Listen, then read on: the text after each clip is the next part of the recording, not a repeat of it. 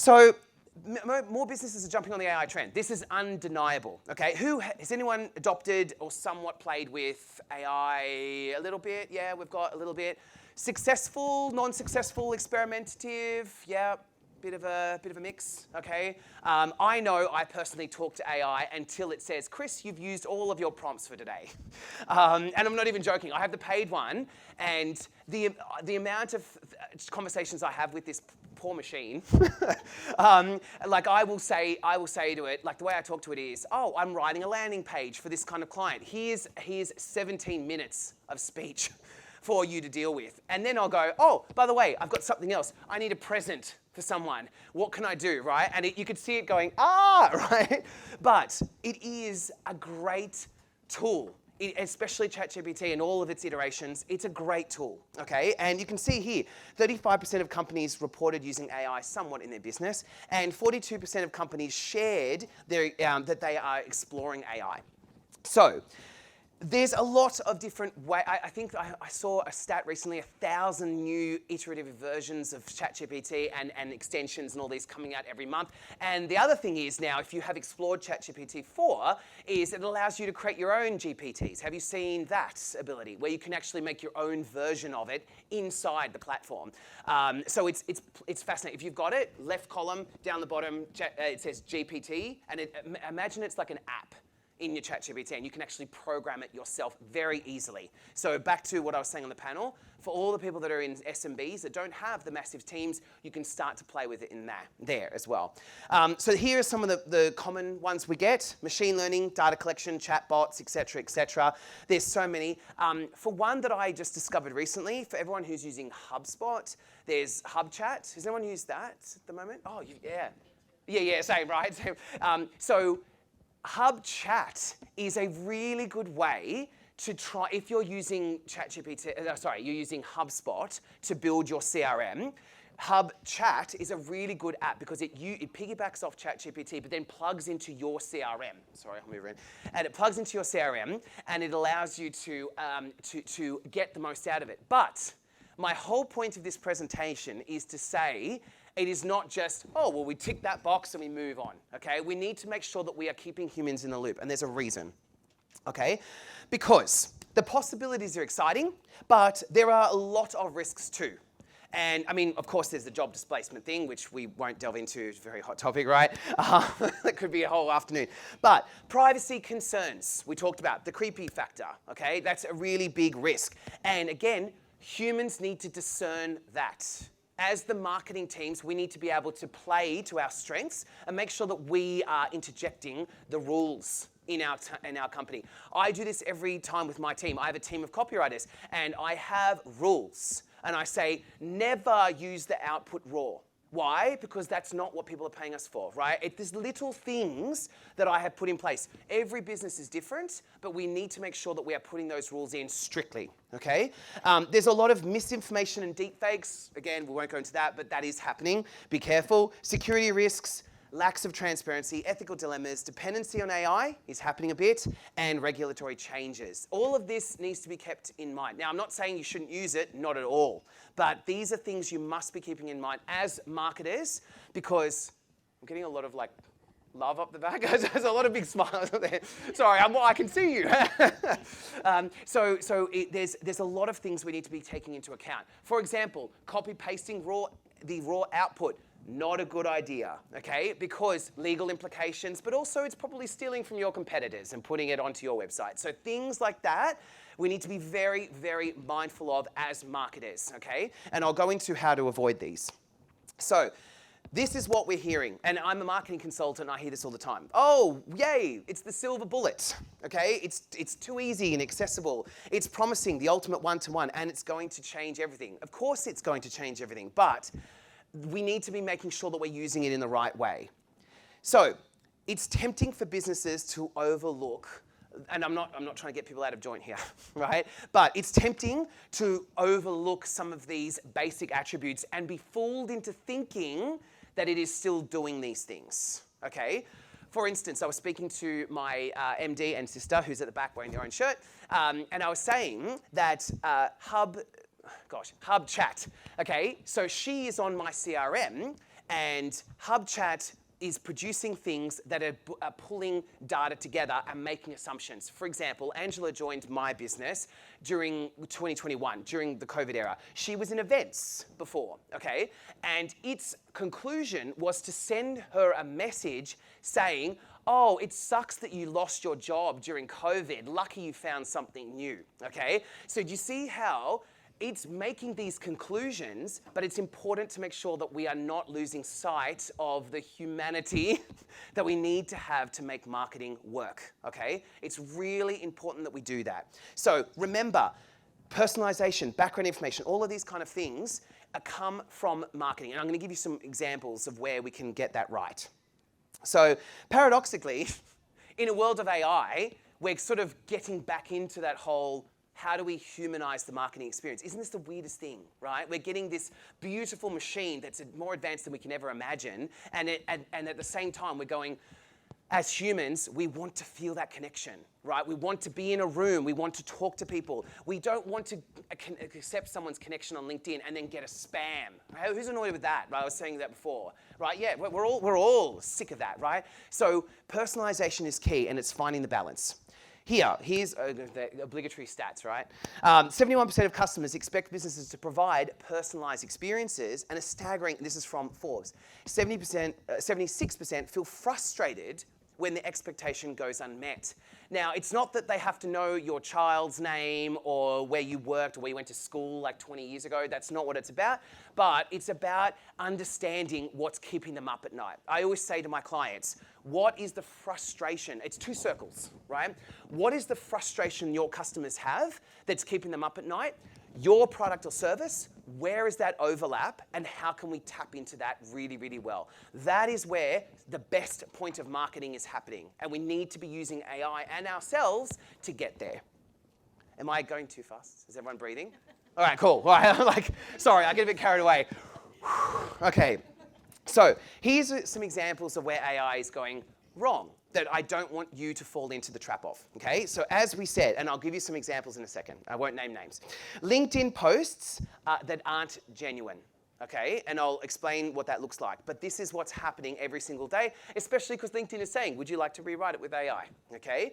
Not a problem, great tool, but is it you? Another one is asking AI to give themselves a personality. Okay, we're seeing that a little bit now. We're seeing the numbers game to an extreme. If I've reached 100, why not 3,000, 10,000? Who cares, right? It's being careful about where your brand is going and what reputation you're willing to sacrifice for that, okay? Permanent reputation damage and having content that doesn't sound anything like you. I think the next one is the examples. Yes, here are 3 examples. Story time. Okay, first one is, this first one happened to me from a marketing agency. They used AI to look through all the potential leads, and they sent me an email from the CEO, written by AI, saying, hi Chris, we have a fantastic opportunity to work together. Here's how, here's why.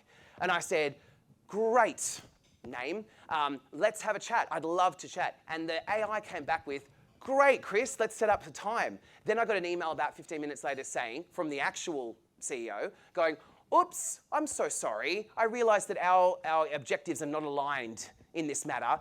All the best for life. Right? Because they were a competitor. And so, do you see how I couldn't help myself? I had to, right?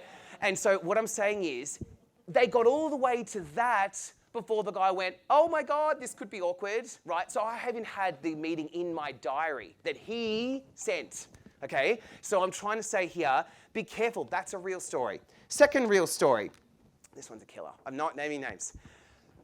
No, I can't. Oh, yeah, you all look him up, right? I was approached by a guy and he said, oh, can you give me some tips and consulting on my LinkedIn? Absolutely, done, right? And he was like, I've got the tools now.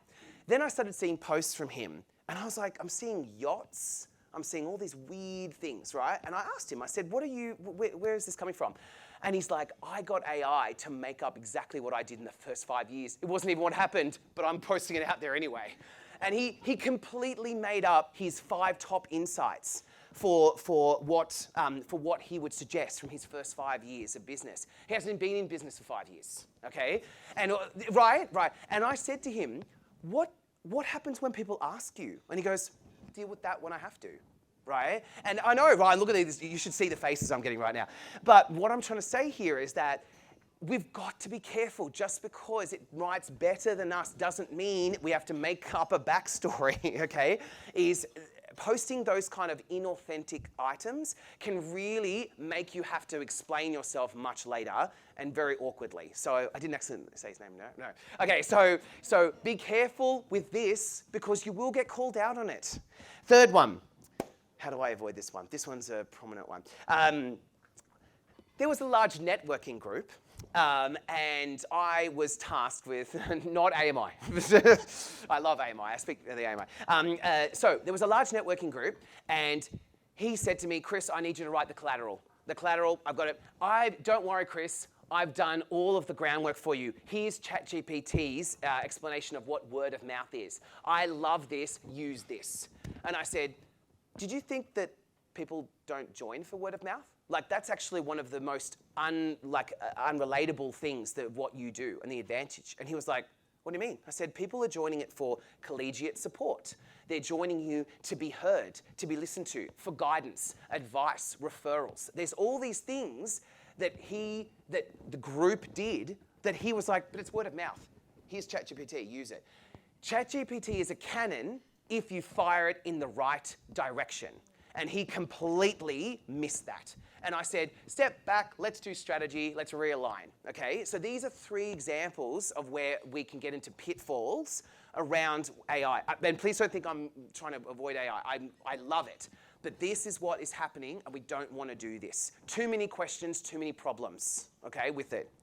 So, we're also seeing that experts are saying AI offers the best way to create the ultimate one-to-one personalized marketing, but it's not actually happening, okay? We're seeing it as a little bit of a fad right now, and there's a lot of cowboys out there trying to capitalize on this, and we need to be very careful as marketers. It doesn't matter what kind of business you're in or what caliber. So, this is why. I'm going through all the negative, right? Sorry. I'm going to get to the positive. But it's a short-term play if you're using AI in this way. Because has anyone seen people calling out others on LinkedIn for using AI? Has anyone seen a few of those posts? Oh, there's some people going, did you even write this? Like, is this even yours? And they go, sorry? I don't even know what's been authored. So things like that, people are smelling it. People hate being spammed, and that should not come as any surprise to anyone in here. And people hate being treated as a number, which is why there's this paradox of personalization, okay? So people need to be cared for. So this is the last thing before I move on to how to use it, right? It's a productivity tool and an intelligence tool. Really good if you can get that right. It's not a human, okay? It's not meant to replace a human. It's meant to augment a human. It's, remember, garbage in, garbage out. Who's seen that in action, right? If you go, I'm a dentist, write me a dentist website, it'll go, smile to your heart's content, right? And you go, that's amazing, post it. And then 3 doors down, the same dentist has the same message as you, right? So it's that, and it relies on human direction. So some good examples, and I think we mentioned this before in the panel, is these kind of things. Why? Because it's in the customer's world. Personalized playlist. That's the best bit about Spotify, isn't it? Like when you go, I love this song, I'm playing it to death, I'm so sick of it. It will go, here's a radio, and it will find similar sounds and beats and things like that and give you that. Amazon, product recommendations, right? How many times have we found ourselves going, yep, that'll do, and that'll do. Chemist Warehouse does this really well as well. And Adidas, right, or Adidas. Customized marketing, where they send you very, very personalized colors and types and things like that. So it is used well when it is applied well. And that's what I was talking about here, is you've got your marketing on your right, your artificial intelligence and AI on the left, and where we play as marketers is, who's heard that saying, AI will not replace marketers, AI will replace marketers not using AI. Okay, that's the truth. So it's all about finding the right way to use it. So this is what I tell all of my clients, and this is what I present a lot. I know it's a horrible visual, but it gets the point across, is I say it's the human AI editor sandwich, okay? And this is what gets the best results. It's not firing AI and hoping for the best. It's about this, okay? It's about keeping your team and members involved, keeping your clients and customers involved, and build and brand messaging guidelines. This is what I do for everything, is I provide very human prompts. Has anyone used the ChatGPT app on their phone? Okay, pull it out and talk to it. Don't type, talk to it, right? All you do is you can, sorry, I'll get around that, is you can say to it, ChatGPT, let's just do it. Okay, so when you open the app, there's the little headphones at the top. I know it's really small, and you go, headphones, okay, and you say to it, yeah, right, give it a sec. Watch it fail now in front of me. Okay, and technology. Give it a sec. No, are you not connecting? All right, we'll give it a sec. But, no, there you go, that's the very point, right? But what we want to do is make sure, we're good. You're good now, are you? No, it's not good. So, human prompt is really important. The longer, the more detailed, the better, right? You shouldn't be saying, I need a website. It should be like, hi, ChatGPT, blow some smoke up it, right? And say, I would love to create a landing page. I need it to pay attention to these kind of attributes. I am speaking to this kind of person. I want this kind of need. I want this kind of context, this tone of voice, blah, blah, blah, blah, blah. Talk, right? That's why I reach the cap, you see. Then it will produce your output. Then this is where the hard part is the editing. Because as I said with Angela's example, it can come up with a lot of hallucinations, right? And it's getting better, but it still needs that human oversight to get it right. So I cannot believe it's not working while I'm right at the front. But this is what you need to be doing, is that sandwich, right? Because it's uniqueness in marketing that did yours work? Yeah. Oh, no, mine's hearing it and thinking I'm bad-mouthing it. So this is when embracing AI, keep these questions in mind and write these down, like I think we were setting out the presentation. These are kind of things. What sets me apart?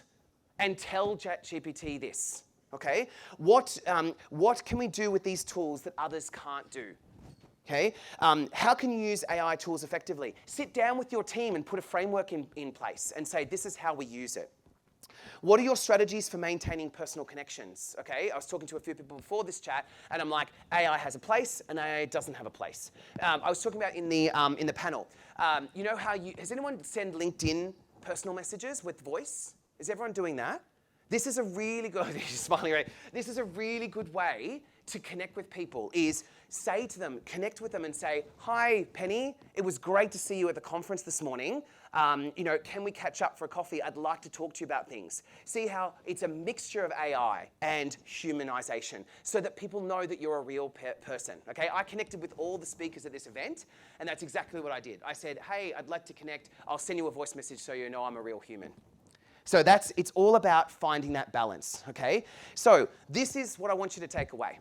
Okay, other than the pamphlet that I've put on your desk, right, is establish a clear ethical framework. When do we use it and when don't we?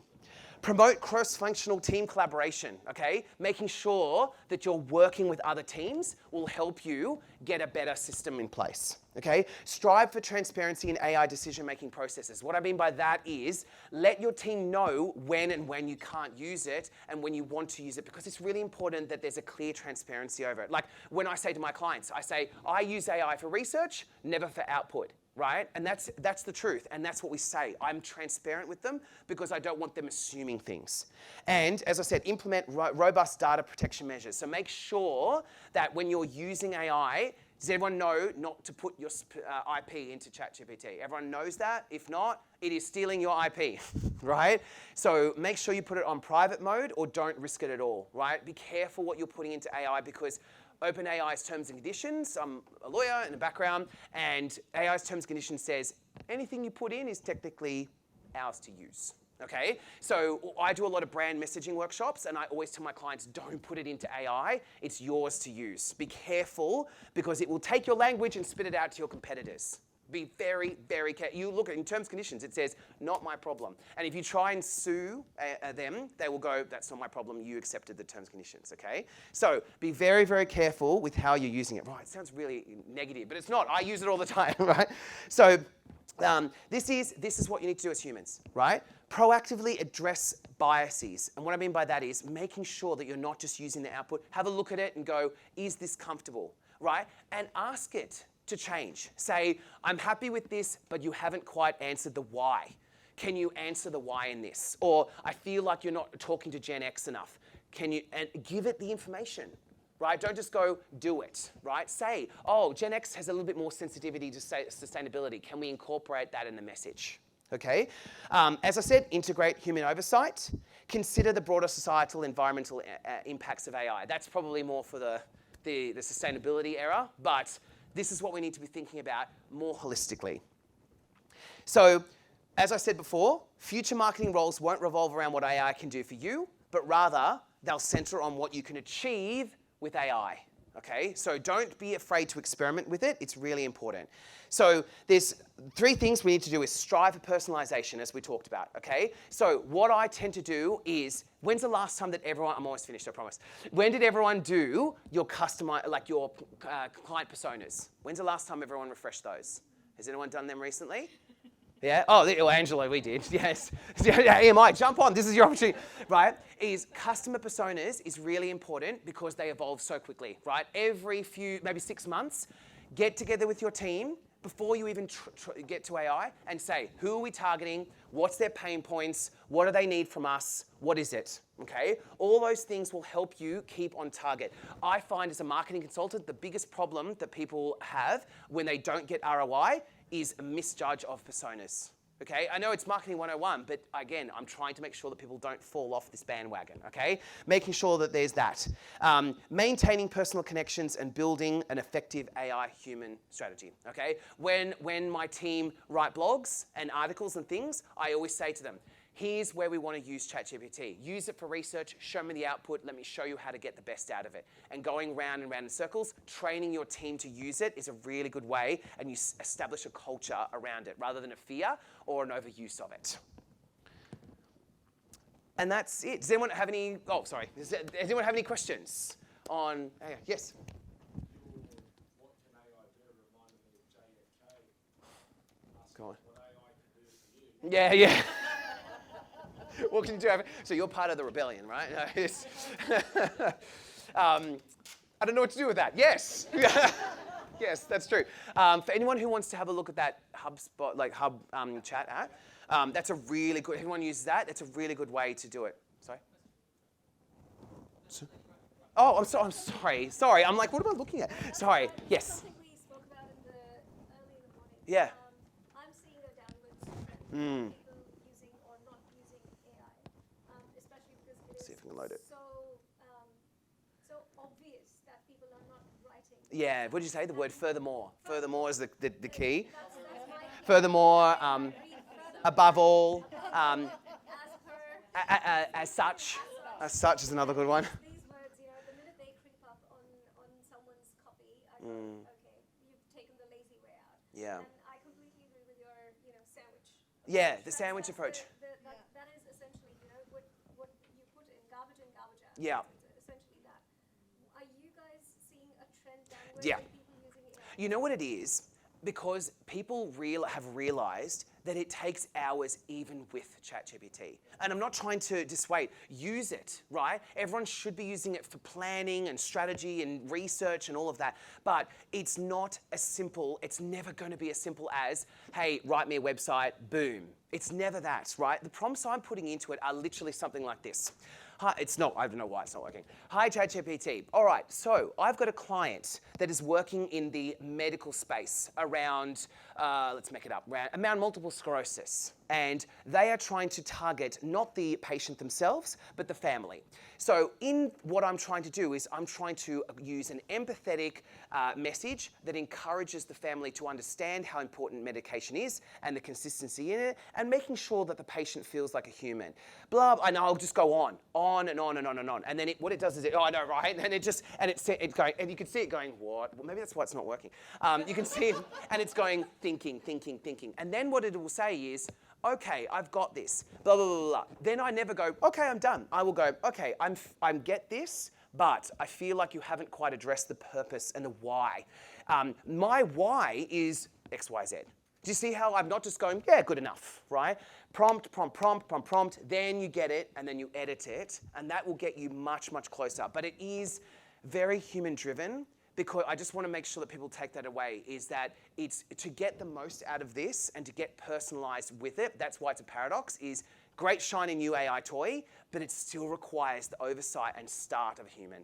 Sorry, that was a question that led to an explanation. It's very long-winded, but essentially what I use that is as a scaffolding. Scaffolding, good. Yeah, there you go, great words. Scaffolding. It's scaffolding, and then you have to, put the bones and the meat around, the muscle around, all of that. I mean, I'm sorry, I come from medical background, guys. Oh, there you go. Oh, just scaffolding. Yeah, yeah. I was studying to be a surgeon, never happened, but yeah, essentially that kind of weaves into my marketing chat. But yeah, essentially using it as a scaffolding. It's essentially the lazy way out, and so you see quite a lot of people are taking that lazy way out. And Yeah. spelling bullshit is something that all of us marketers do very, very well. And we produce it too. So, Fair enough. So yeah, thank you yes, for that. no, you're welcome. Question? How much editing do you have to do for Google Analytics to Oh. recognize it as authentic content? Okay. By the way, I'm a copywriter. Yeah, same. Right. No. You know what? For an SEO exercise, I actually avoid it altogether because it's not worth the risk. This is simple maths. Google is a billion dollar company, right?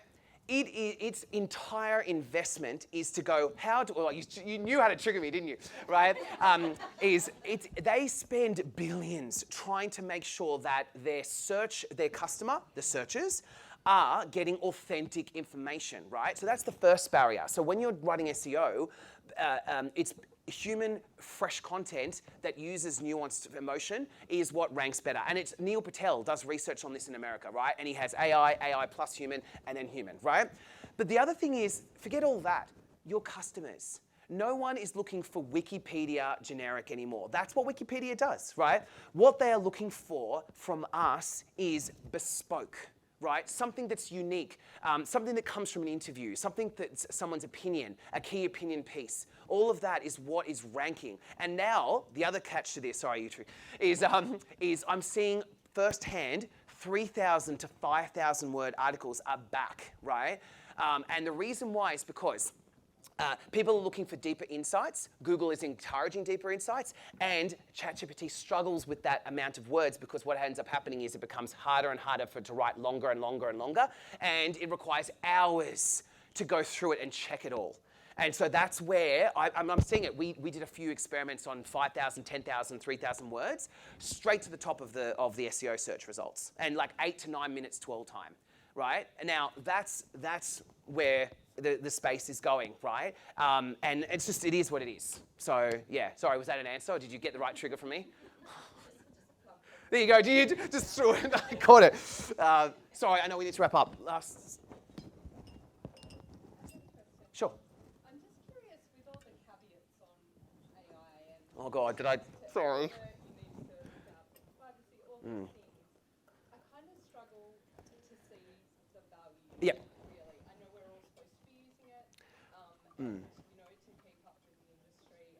I know in our work, I use it sometimes just to help me with puns. Yeah, that's okay.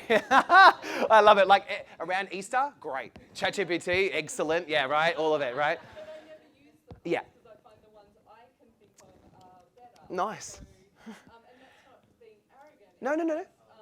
That's been my experience. So I'm wondering, Yeah. what is the goal Okay. for us in this room? It's innovation. Human innovation is what's going to work. For example, we started going, okay, I'm going to check ChatGPT's understanding of something I've created. So what I'll do is I'll go, then this is not public information, but it'll be stuff that I've put together, and I'll put it in, and I'll go, ChatGPT, I've just experimented with this. I put it together. Tell me the main insights that you would glean from if you were this kind of customer. And it'll say, right, if this kind of customer would have got this message. And I'm like, completely wrong.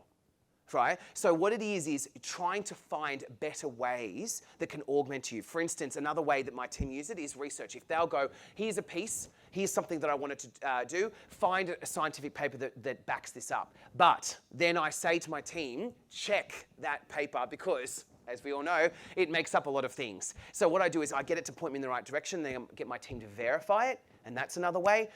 It's good for little things like SEO, keyword research and things. It's not exactly 100%, but it's using innovation in a way, and I kept saying, it's a tool. It's a really good tool, but don't be afraid. I want people to be encouraged to use it, but make sure that you're keeping in mind all of those caveats. Sorry, I know you need to finish up, Mel.